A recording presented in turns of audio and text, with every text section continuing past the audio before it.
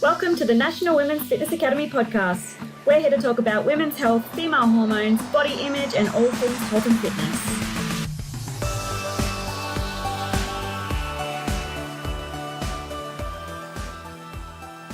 Hello, girls, and welcome back to another episode of the Women's Fitness Academy's podcast.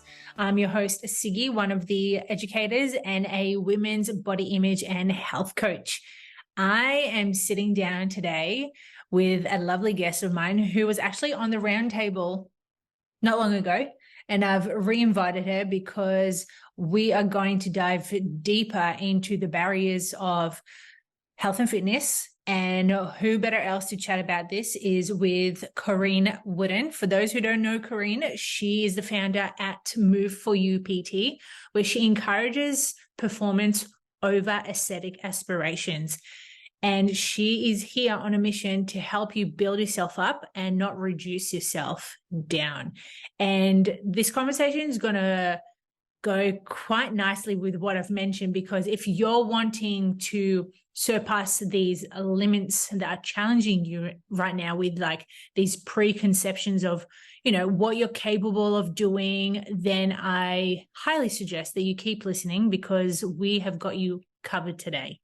Corinne, babe, thank you for joining me again. Thank you so much for having me back on. I'm so excited. Me too. I think today is going to be more like a continuation from the roundtable chat we had about body image, but more in depth. And I want us to start chatting about more about like what are some practical tips that have helped you, but also for women to looking to surpass these limits that come up in their heads.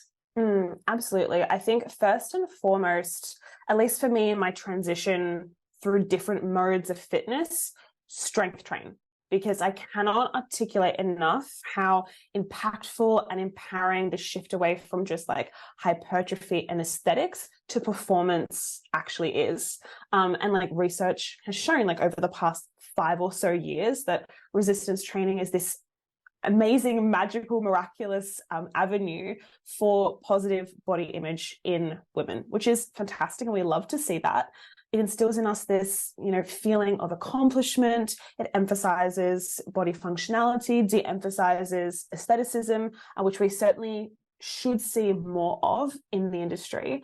It helps us to reframe the way that we think about our bodies as well by focusing on body functionality.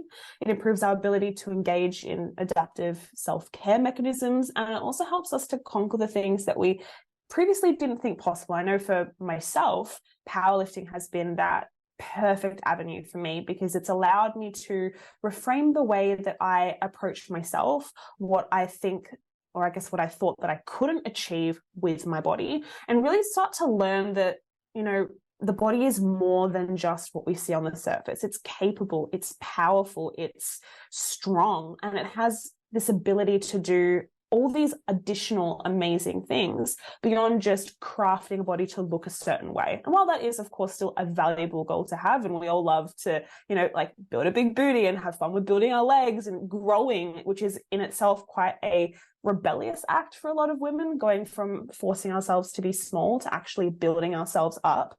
But in specific relation to strength training, it's being able to actually take a step away from the aesthetics focus and actually look at these objective performance metrics and think, okay, rather than focusing on, I'm going to increase centimeters to my quads or my chest over X many weeks, I'm going to focus on adding kilos to the bar.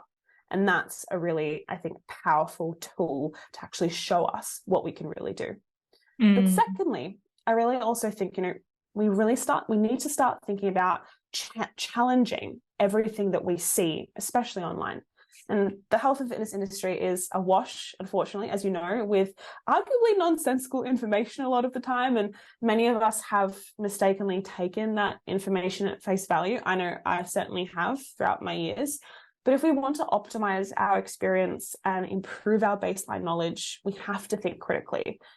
Take in as much information as you can from as many different sources as possible. Diversify your pool. Ask the silly questions. Question the norm and be curious. because all of this will equip you with the means to actually make your own decisions, be autonomous in those decisions, and come to your own unique understanding of where you sort of fit in this industry as well. Like, I'm very, very clearly aligned with powerlifting and strength and performance, and that doesn't necessarily suit everyone, but I have a certain set of values aligned with, you know, my way of training and my way of performing and my way of, I guess, treating my body. And that's not the only way. And there are so many different methods that we can go about breaking the barriers and surpassing our limits. There's not just one tool in the toolbox, there are many, but more often than not, we can sort of fall down a path of just subscribing to one way of thinking when there are so many different options available to us, that if we just get a little bit more curious, start asking questions, think a little bit more critically, we can expose ourselves to so many different opportunities. You made such a good point about the training side of things, because too often people don't look at it as more as a longevity thing. They go into it thinking, oh yeah, cool. As you mentioned, like, want to grow a big ass, want to have nice biceps. Like, of course, I fucking love having like big arms. Like, who doesn't love it? Though people don't look at it as a long-term gain. You know, when you're starting to age, you're wanting to have more bone density, more muscle. Those who are entering menopause, you know, again, like, research has proven that the more muscle, the better longevity it is. So absolutely, yeah. It's like, why wouldn't you want to take that path? No, absolutely. And when I have older clients, older women come and see me and we go through one-on-one personal training, I love seeing older women take up the mantle for strength training, because it's demonstrating to me that there is a shift in focus away from just, I want to lose weight and look like X, and actually focus on the health and overall well-being of their body as they continue to age. And one particular client of mine that we've been working together for around 2.5 years, she's a performer, and something she's noticed over the periods of working with me in that one-on-one engagement is just being able to do really functional things that she couldn't do previously or couldn't do well. And something as simple as being able to lug all her equipment from truck to the actual, you know, the stage, that's something that's really challenging to do just as it is. And she'll have, you know, her male band members actually struggle to do something that she can now do on her own. And that's such an empowering moment as a coach. And of course, you know, for herself as well, being able to actually have the ability to do something that previously wouldn't have been possible without strength training as an option. Definitely. I love how the fact that she's stronger than them. It makes me so happy. It like just gives me this just like buzz of energy, because I'm like, that's what I love to see from like my gals.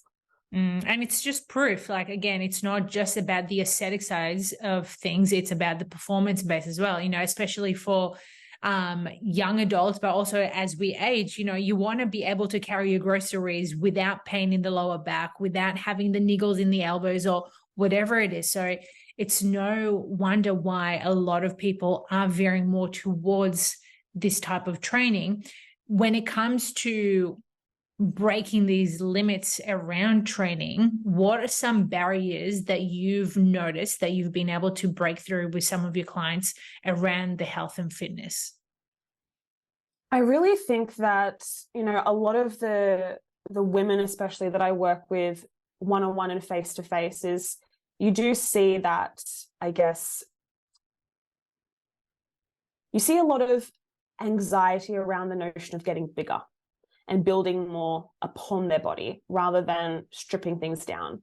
There's this fear attached to strength training sometimes, and the belief that, oh, I don't really want to look like that. I don't really want to look that big. I don't really want to have that much muscle. It doesn't really fit with my aesthetic goals, again, because that's always sort of lingering in the back of many of our minds. And I understand why. We do live in a, you know, a culture that valorizes a certain body type. But it's something that we then, as throughout the process of coaching, the more that they start to celebrate their objective achievements, the more they start to add load onto the bar, and they start to realize, oh, this is actually really cool. I'm doing something that, you know, I couldn't do a few years ago or a few months ago, or I'm able to like leg press my body weight or squat my body weight or bench press my body weight. That's such an incredible skill and power to have. And as soon as these women start to actually notice or at least experience the benefits that come with that, being able, like you said, to carry the groceries comfortably, or being able to, something as simple as walk up and down the stairs at work comfortably, or being able to, I know for one of my clients who's had issues with her hips and her function through her lower body, something as simple as being able to get in and out of her car pain-free. And those things, when they start to actually think a little bit deeper about what has actually happened since they started strength training, and actually removing the need to focus on appearance, it's like, oh, I've actually achieved more than I thought that I ever could, or that I've achieved more than I anticipated, or that I didn't even think I wanted. I think that's what's really special as a coach as well, is being able to witness your client achieve something they didn't think they want, but clearly really needed. And that's such a beautiful like barrier to break between, I need to look a certain way and I can now do something that I really didn't think that I needed to learn how to do.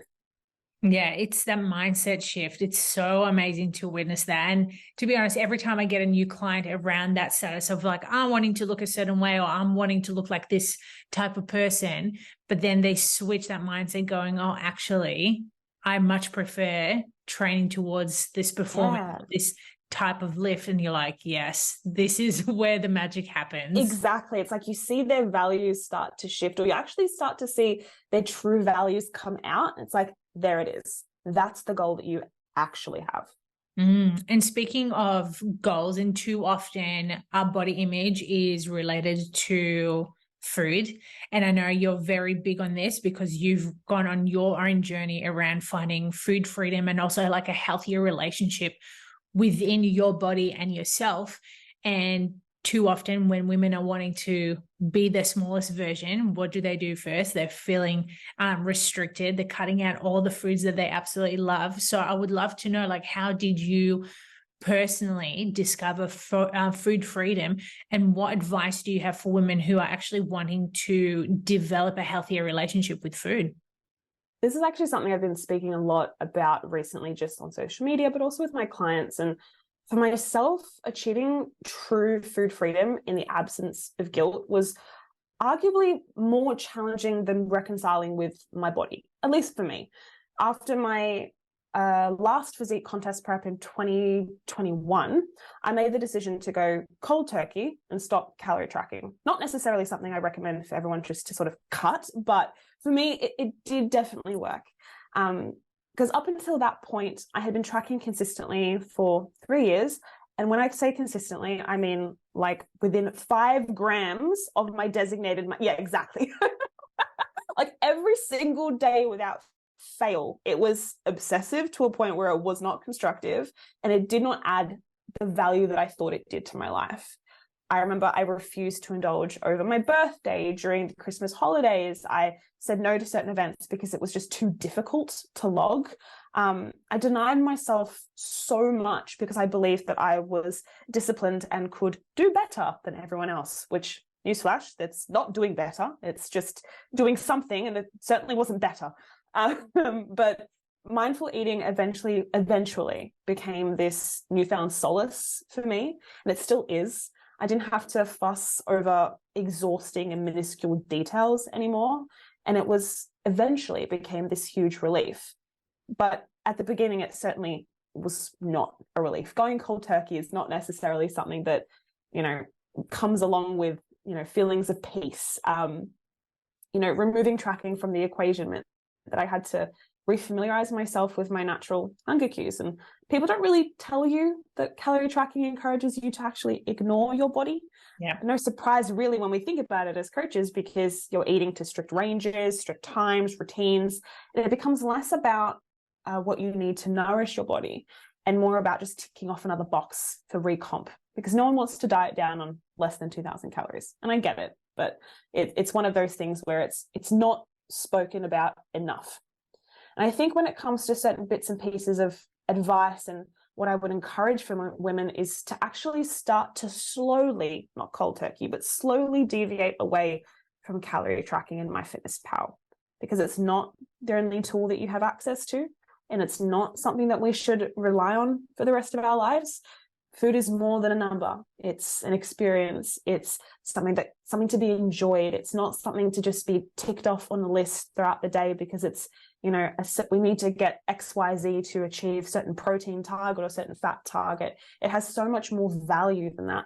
I actually did a post a few weeks ago, I think 2 weeks ago, about how tracking is quite overrated, and something that we glorify as being the pinnacle of education for nutrition. And while it certainly is very helpful, especially in the beginning, giving us, the tools to figure out what we can and can't eat. I know for myself, it certainly taught me that I could eat a lot more than I thought that I could. And that was amazing. But it eventually became a hindrance, and it eventually took a lot more away from me than it gave back. So I really want to encourage more women to sort of explore the option of eating more mindfully, or at least not tracking as often, because it's certainly not as scary as some people make it out to be. I'm so glad we're having this conversation, because as you were talking, I was just like, yep, this is me. I was there as well. I was tracking for, oh my God, a very long time. I want to say maybe up to 5 years. And just like yourself, just to the gram. I have this running joke whenever I run workshops is I was the one who was obsessed with weighing lettuce leaves. Oh yeah. I like to the ground, and people will be like, lettuce. I'll be like, yep, lettuce. Even though it's like 100% water, I was still weighing it because it was part of the calories. And I did the same as you. I went cold turkey. I think it was 2020 or end of 2019, actually. And mind you, I was just like, yeah, I'm going to do it. I'm never going to track again.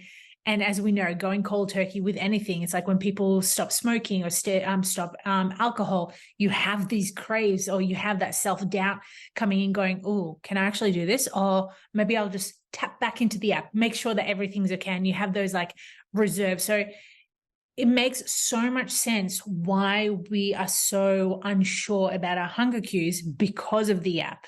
And interestingly enough, you also mentioned a good point that it's so glorified. And I understand where it's coming from, because we're aiming to teach people, to have a better understanding about nutrition literacy, whether it's through macronutrients, micros, whatever. But then again, I find also that a lot of people get stuck in that hole and they just can't dig themselves out of it. No, absolutely. It's like we're taught that if we want to achieve sustainable results, this is something that we need. If we want to achieve a balanced lifestyle, if we want to, learn more about nutrition and achieve the results that we want, we need to track our food. It's like the pinnacle of nutrition. And while it may work in the short term, although arguably our experiences were not short term, but that then became really extreme, right? It became something that we really could not do. And admittedly now I have quite an aversion to MyFitnessPal, because I really never want to go back there. It is something now that I cannot consider even remotely practical for my daily life. And it now, thinking about a lot of my food choices back then, influenced my, I guess, approach to plants, for example. Like I would preference a lot of highly processed or certain lower calorie per bite foods, and then increase my just complete absence of nutritional diversity. I would put certain carbohydrates over fruit because I didn't want it as much, but I wanted to include all the foods that I really loved because flexible dieting. But I completely ignored the fact that, nutritional value is really important. Just because almonds and avocados are higher in calorie compared to potatoes, it doesn't mean that they're less healthy. Like our body needs these things that we tend to demonize through the process of tracking and using MyFitnessPal, because other foods might be more desirable to us, but they're not necessarily better. Again, that's like a whole nother conversation around like the flexible dieting side of things, because again, that's glorified, going fit everything in your macros. And as you mentioned, it's false. It's very false advertising. And it infuriates me when I see coaches, I'm not going to name names, but if this is you, maybe you need to like have a look at your nutrition values. But okay, I understand the point that we're wanting to let people eat what they want without the restriction, without the fear, without the guilt and the shame and so forth. I'm all up for it when it comes to nutrition value, when we're looking at vitamins, minerals, amino acids, what, like, the list just goes on. A McDonald's burger is going to be a lot different to you actually having a nutritious, nourish, let's say, poke bowl, for instance, because we already know there's going to be lots of vegetables, lots of carbs, lots of healthy fats, protein, compared to the processed burger. So it's, at the end of the day, it's making that decision going, cool, which one do you prefer? Awesome. Be conscious enough to know that you want the burger at the time. Awesome. Have the burger, but also know there's not going to be any form of nutritional value to it aside from satisfying your current needs. And that's fine as well. And unfortunately, through the whole flexible dieting approach, that is encouraged sometimes. And quite often, we see people have that sort of highly processed meal very regularly because, it just fits into my macros. And we justify our choices based on that one little slogan. This conversation is also reminding me of, calorie banking and the need to completely preserve all our calories for that one social meal that we have at the end of the day. And if there's anything that I could just say to women, I'm like, please do not starve yourself earlier in the day for a social meal. We know now that doing so will increase the risk of overeating. We know that by essentially forcing restriction on ourselves earlier will not allow for more food later.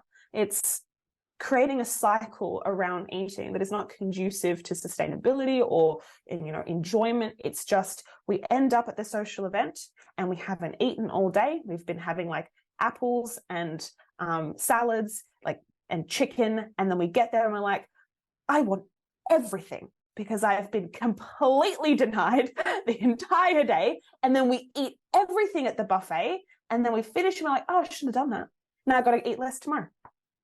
And it's just a repetitive cycle that doesn't resolve. And it's something that I see all the time, that coaches too will post about the benefits of calorie banking. And I want to scream and just protect every woman that I can find in bubble wrap, because this is not the way to actually encourage healthy food relationships.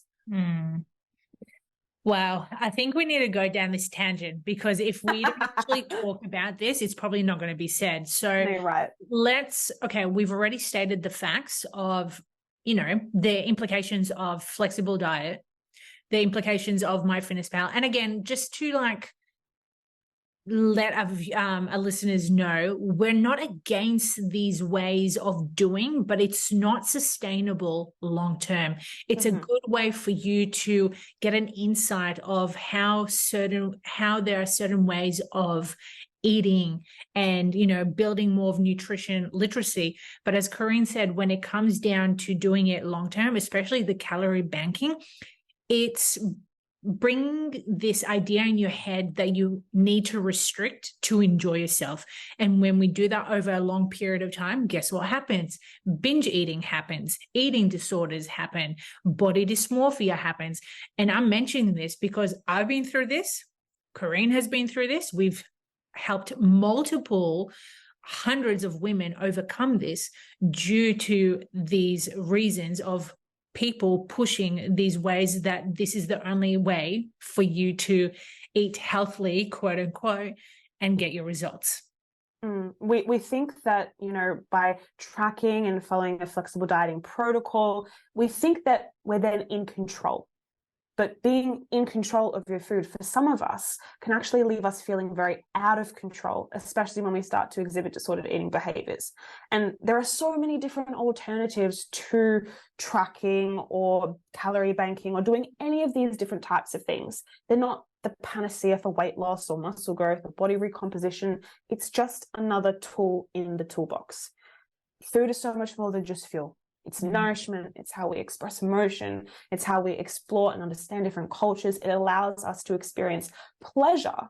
And I know for myself, yeah, I might not be as lean as I was when I was tracking every single day, but I've certainly gained so much more and then some in my whole life. And that to me is far more valuable than needing to obsess over every morsel of food that I put in my mouth. And for what? For short-term gain that doesn't necessarily carry across the seasons of our lives.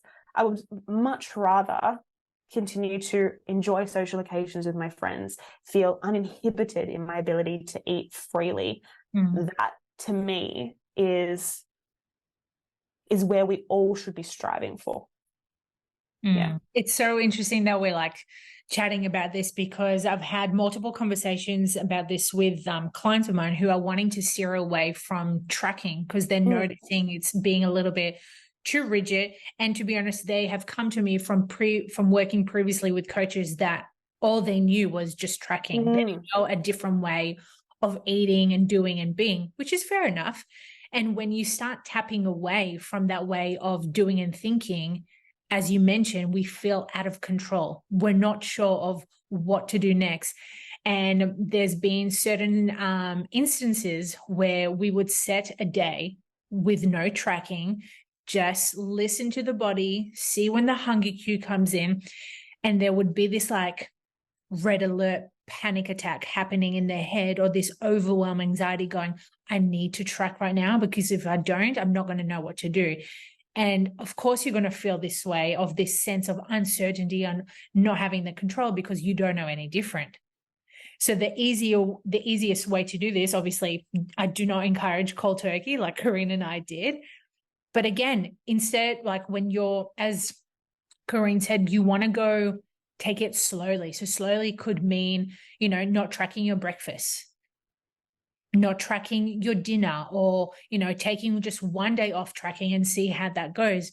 Because we need to understand your body speaks to you. And if you're not able to communicate with your body, how else are you going to be able to build that trust within yourself to know what decision to make throughout the day when you're actually hungry? Because when you have stomach pains or like certain areas in your body, when you're about to, make a certain decision and you're not really sure why that's happening, how are you expected to build that trust within yourself to make, better choices with your food?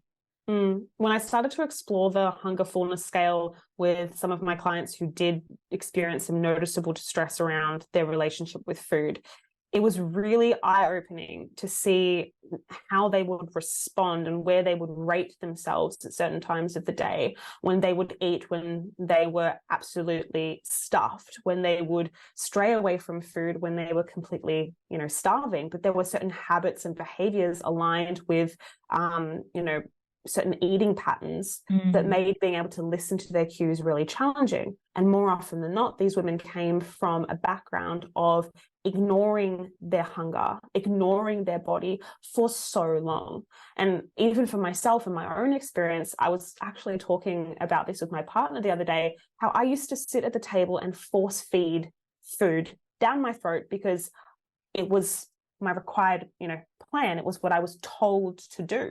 And it very much so just became a chore and a task. Whereas now, food is so enjoyable for me. I'm able to eat when I want, stop when I'm full, have a snack if I want to or not. I don't have to do any set thing. Even now, there'll be some, certain occasions where I'll be like, have I had enough protein today? Or have I done X, Y, and Z today? But it's always now it's coming from a place of, I want to look after myself more than, I'm doing so because it's part of this rigid plan that I've set for myself. There's a different intent there and a different purpose. And that's also something to consider that's really important, is our approach to nutrition will change as our values change and as the seasons of our life change. How I thought about food when I was a kid is probably more so how I think about food now. I feel like I've gone back to a very childlike way of just enjoying food and feeling satisfied and feeling content. And I think that's definitely something that we don't celebrate enough, and we should actually try to get back to. Kids have such a playful way of eating and have such a a beautiful enjoyment and experience with food. And we tend to stifle that as we age, and it tends to become more about, achieving XYZ targets through the fitness industry rather than, having a balanced plate or getting enough plants, because Australians really suck at that. Or feeling hydrated enough rather than I'm surviving on coffee and I'm surviving on chips and I'm surviving on chicken and salad or whatnot. It's more than just that. There's so much play and enjoyment and pleasure that we otherwise miss out on. I totally agree with that. And I'm so glad you brought that way of thinking around food, because that's something that I run with my clients around the archetypes of eating. I'm not sure if you're familiar with it, but like the child is one of those archetypes where you have more fun with your food. It's not very structured. There's no certain like rules and guidelines that you have to go. It's just like, cool, I want to eat this, and this is how I'm going to carry out the rest of my day, like having the pleasure with the food without having the guilt. And too often I see a lot of women who struggle with that because they are perfectionist. And that perfectionist mindset comes from either the tracking, the calorie banking. And it's just like, okay, well, if you're noticing that this perfectionism mindset is impossible to control, quote unquote, it's just like, okay, well, if that's not working, maybe the goal isn't to ever be reached as a perfectionist around food. And it's actually about being the child and actually enjoying yourself, eating foods and listening to your body at the same time. And, we'll have days where we don't, hit all the things that we might need to do for our health and well-being, and that's okay. And then again, that is about being the child. It's about having that flexibility, genuine flexibility, not flexible dieting. It's about being able to, just to make the distinction, it's important to sort of have a little bit of ebb and flow. The same way that, there'll be individuals, and I know just from talking to clients and their past experiences, where if they haven't achieved a certain target on one particular day, it's like, why haven't you done this? Why aren't you doing this for yourself? Why aren't you looking after yourself? It's like, hold on a minute. On average, I actually am. And looking after myself is also my social health, my mental health, my spiritual well-being. It's my, my pleasure and enjoyment. It's not just about, physical health sometimes, or getting all the vitamins and the nutrients. It's about a bit of everything. And it's this hodgepodge of things that actually contribute to, feeling well overall. And we do sort of get stuck in between. It needs to be, like you said, very perfectionistic way of, it needs to be this way. It needs to be done perfectly. We need to have, certain targets achieved at the end of each day. But there's a little bit more room for genuine flexibility there that I don't think we consider. 100%. And speaking of like the flexibility, coming into the fun season of summer, and this revolves a lot around outdoor activities, social gatherings. And I know a lot of people have this anxiety around this, especially for those who have fitness and health goals. And I would love to know, like, how can women navigate these societal pressures and stay true to their goals, but still enjoy their lifestyle? Yeah, I know that for myself, I'm sure for a lot of people, when we think of summer and holidays, what do we think of? Like, I immediately think of people talking about a 6 to 8 week summer shred challenge that rewards the smallest and tightest body, but she also has to have a big ass to qualify. I also think of the phrase like being bikini body ready, which implies that we have to earn the right to wear a bikini. Incredibly frustrating. And also I think of coaches and the tendency to market towards our physical insecurities during this period as well, because we are quite anxious during the summer periods around, whether we're comfortable in our bodies or whether we are able to engage in certain activities and not risk ruining our results. And this is when having a concrete understanding of our values and goals becomes unusually important. Do we need to sacrifice a meal in order to have a cocktail by the beach? No. Do we need to continue training throughout the holidays? Only if we want to. Do we need to remain in a deficit to achieve our fat loss or body comp goals? Not necessarily, but we should also set some realistic expectations for ourselves over this period. So navigating summer and this sort of holiday era doesn't have to be challenging, but I also understand that when flooded with so many conflicting bits of information, no wonder we end up seriously overwhelmed, right? 100%. And you know what? Like, I fell into that trap for so many years, wanting to just continuously feel good, train good. But then I had these messages going, oh, but no, but you have to look this certain way. You have to be ready to begin to look in your bikini and have the flat stomach, big ass. And it's just like far out. Like, there's so much pressure for us to look and be a certain way. And as you mentioned, it's no wonder why we're so confused, because of the noise around us. And it's interesting because I usually sit down and I will look at my social media and be like, okay, do I need to change a few things in here? Like, is there someone on my page right now that I'm following that just does not resonate with me anymore? Cool, mute, unfollow, goodbye, delete, block, whatever it is. You know, out of mind, out of sight. We don't see it. We don't think about it. However, too often, a lot of young women are so influenced by a lot of health coaches, and most health coaches have this unsustainable lifestyle because they can train at the times that they train, but your typical everyday woman cannot. They cannot sustain the habits that they do. So then again, there's more pressure there going, well, if she's doing that, I need to do that, but I can't do that. And then the guilt sinks in, and it's just like this whole like vicious cycle. And interestingly enough, I made a promise to myself, I think it was just prior the pandemic, that I was going to end dieting. Oh yeah, so 2019 when I went cold turkey, stopping with my tracking, I also decided that I'm not going to diet anymore, because I noticed I kept on dieting when summer was approaching. September, October, it was just like diet rage. And again, didn't serve me any purpose whatsoever, because during summer, having those social gatherings, I felt this immense of anxiety because couldn't eat the foods I wanted, couldn't have fun with my friends because I was constantly thinking about food. And as you mentioned, it just takes us away from actually enjoying those simple, pleasurable moments. So it's been, almost 4 years now that I have not dieted. And every summer comes and I'm like, I am bulking for summer. I'm doing the complete opposite. Mind you, like, I'm not bulking. I've literally just been maintaining my weight, which is awesome.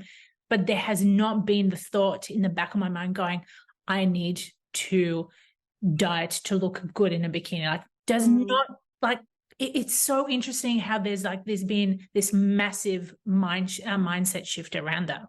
When the compulsion dissipates, it's such a rewarding feeling as well to know that I have done the work necessary to end up in this position where I feel safe in my body and I feel confident in my choices, and I feel, able and capable to just hold my own and feel good in whatever stage that I'm in. And it's always important to reflect back on, I think, that it doesn't matter how many times we diet for this, almost like this 1 or 2 months of the year, we still will never feel like we've done enough. I think that's the ultimate issue as well. Like, we'll keep thinking that we need to do more, we need to cut more out, we need to restrict on a whole other level. And that's, again, it goes back into the, the notion that, our body image has nothing to do with how we look and everything to do with how we perceive ourselves. And of course, then if we're perceiving ourselves negatively and we feel quite uncomfortable with ourselves, that's going to then influence the behaviors and actions that we take to actually change the way that we look. But it's, again, the same reason why when we do look, stereotypically fantastic or whatever you want to call it, we also don't necessarily feel our best either. And we can very much so sit in the middle. When I was my leanest, I felt my worst. When I was my heaviest, now I felt my best. And it doesn't have to exist on this polarizing spectrum. We can ebb and flow in between and feel great one day and not so great the next. We'll all go through those, challenging body image days and wake up sometimes feeling a little bit sluggish or heavy. And that's also something I actually did want to talk about, and a question I wanted to sort of pose back onto you. But as a fellow coach in this space, how many times have you heard women say, I feel fat? And this is what it then, starts causing me to think in a different way is, while fatness is not a feeling, it's certainly a reflection of body dissatisfaction or the discomfort that we have with one's appearance. And when women say, I feel fat, they're really saying, I feel bloated, or I feel ashamed, or I feel nauseous, or I feel anything else. And for some women, it's a way of expressing emotions that they don't know how to articulate. So sometimes we need to actually start improving our emotional literacy to actually explore what we're actually feeling beyond that sense of fatness, because naming and labeling our emotions can help us to detach from them and respond to how we're feeling in a very objective way. And I think a lot of women during the summer period will say things like, I feel fat, or I feel a little bit heavy, or I just feel a little bit frumpy. And it's like, but what are you actually feeling? What is actually going on for you right now, rather than fatness? Because fatness is a descriptor, cool, but it's not an emotion. And I think trying to explore and create a distinction between the two is really important. It's very important to have that vulnerable conversation as well. And too often people, as you mentioned, they don't have that literacy yet to have a better understanding of what does I feel fat mean. And like you mentioned, it might be a little bit of bloating, flabbiness, but again, what is flabbiness? Yeah, what does that mean? Yeah. And again, too often it comes back down to societal beauty standards. Thin is beautiful, larger, not so much. So again, it's ingrained in our heads for so many years. Like, I'm sure you've faced this from a young age with, your guardians and parents, or like even neighbors, friends. It's just like this constant message going, women have to look a certain way. It's just like, but why? Who made that fucking rule? I mean, I could tell you who made that rule, but that's a whole other tangent, and that would go on for another hour. But you're absolutely right. And we then start like almost implementing that sort of childlike like asking of why, but why? And we should consistently find ways to challenge the beliefs that we've internalized and the societal norms that have been created, because that's it. They've been created. They've been constructed. It's not something that we were just born inherently believing. We didn't come out of the womb thinking, women are always the best when they're small, or men have to look like that, or women have to behave this way. It's something that we have internalized over time from many different sources.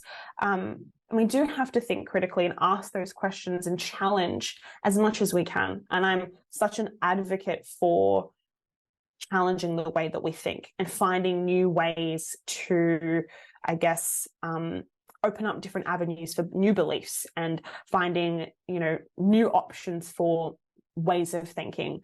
There are so many amazing books in this space, and thinkers in philosophy and in academia who spend their whole life exploring, body image and the representation of women. And we still can't find like a concrete answer, which is fair enough, because it is very multifaceted and so in depth. But we do know that it comes from a place where, fatness was not inherently meant to be this malicious insult. It wasn't meant to be, wasn't meant to evolve like this. It wasn't meant to turn into, a society where we are quite fat phobic. It was meant to create order.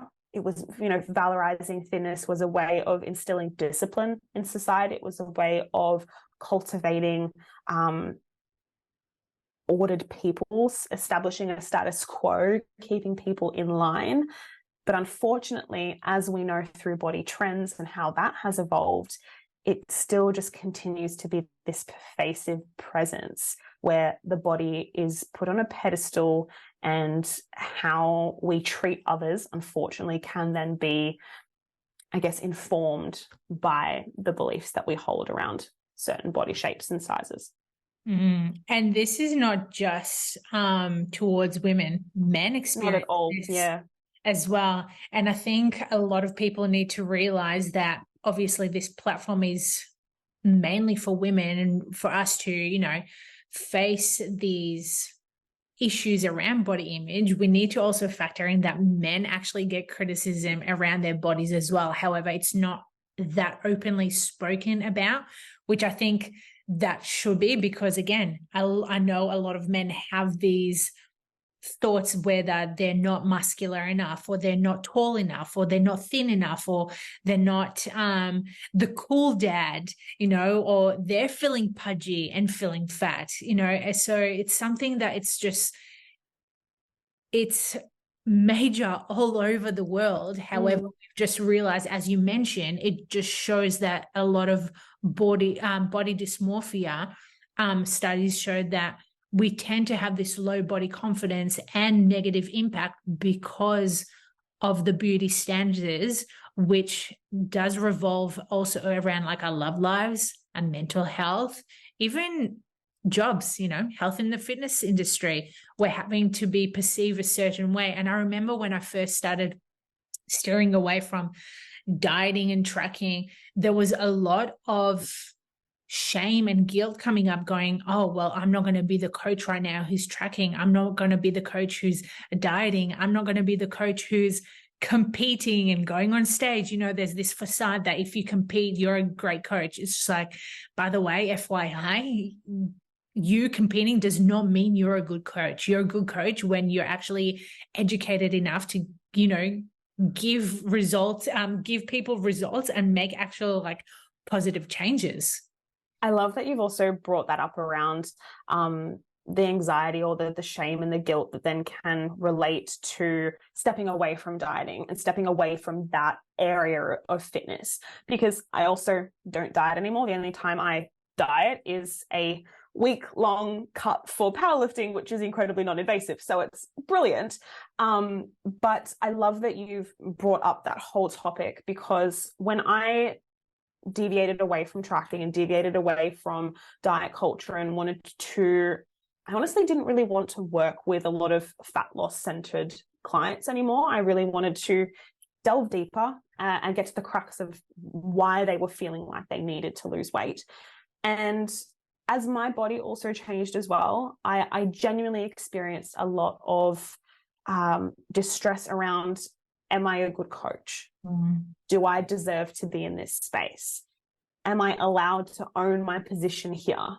And it was really challenging at times, because I also did, and I still find this a little interesting, and I think it speaks volumes about the industry as well. The amount of followers I lost when I stopped competing or stopped engaging in bodybuilding was really jarring. And I did have messages from some people who had said to me, I'm sorry, I'm just not interested in you anymore because you're not, pursuing this way of life. And I thought that was incredibly eye-opening around the way that we think about women's bodies, in particular in the industry, and around expectations that people have and how we should look and how we should present ourselves. And it did end up being quite affirming for me that was not the space that I wanted to be involved in. I didn't want I didn't want the way that I looked to be my business card. I didn't want my body to be representative of how competent I was as a coach. I wanted people to see me as Corinne, as a presence in the industry because of what I had to offer and my value and my approach to training and nutrition. I didn't want what I had on display to be the only reason that people came to coach and work with me. But it was such an interesting experience and a phase of my business career, because it definitely helped me change a lot of my approaches, learn a lot of things, also start to work with new types of women. And like now I can definitely say that, that experience has dramatically helped to inform the way that I coach now, in the sense that I think that moment was a pivotal turning point for me in terms of exploring body image and body image distress and body image grief. And I'm so grateful for that, because I love this area. I love this space. I love how fresh and new it is, even though it shouldn't be. We should have been, investigating, this area of fitness and health for a lot longer than we have. But, like with people like yourself, with Shannon, who was on the podcast, a few weeks ago, it's beautiful to see so many women gathering around each other to support one another and champion this new space to hopefully educate more women around the fact that they don't need to be so ashamed of their bodies, that they don't need to change the way that they look to feel confident and happy within themselves. And I love that. I think that's brilliant. And I'm so happy to be a part of that community. I don't know where I was going initially with that conversation, but we ended up here. It was a good rant. I'm just in the background going, yeah, preach. But you know what? I'm going to completely agree with everything that you mentioned, because as you this is where we were going, the health and fitness industry, about having to look a certain. Oh, that's right. Yes.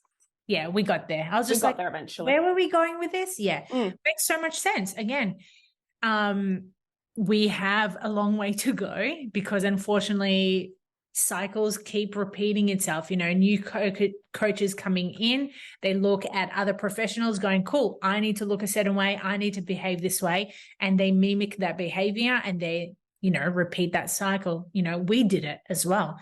We're breaking that cycle though, because we're teaching the new generation of coaches coming in going, actually, it has nothing to do with the way you look, but actually about how you're educating and empowering women. It should not only just be around the way, the size of your ass, or, how slim your waist is. It should be like, hey, are you feeling energized and you're able to perform your deadlift optimally with no injuries? Awesome. Let's keep fucking going. And this is when it comes back, I think, to the very first question that you asked around breaking barriers. And it's like women in this space educating other women, and that in itself breaks barriers, because we're changing the way that people think. And I think that's a really brilliant way to educate people around just challenging existing belief patterns, breaking through habits that we've ingrained but don't necessarily align with, and having, women like you, the Fitness Academy. It's, these institutions and individuals in this space who are committed to changing and reframing the way that we think about ourselves, that breaks barriers. Yes. Preach to that. Seriously, I think we've brought the house down. Seriously. That was good. Yeah. I think so. I think we nailed that. Hey, you know what? If no one else liked it, I will like it, and I will start today's podcast. But to be honest, I'm sure a lot of our listeners are having these like aha moments going, oh, okay, well, if this is me, what changes do I need to make? And you know what? If this was an overload of information, come back to it in a few days, listen to it again. There's nothing more better than listening to something over and over again, because every time you take away something new. I feel like anyone listening to this one should whip out a pen and paper, or like whip out their phone and do some notes along the side, because there are lots of nuggets in this. There are lots of really helpful tidbits. Definitely. And send it to your bestie. Absolutely.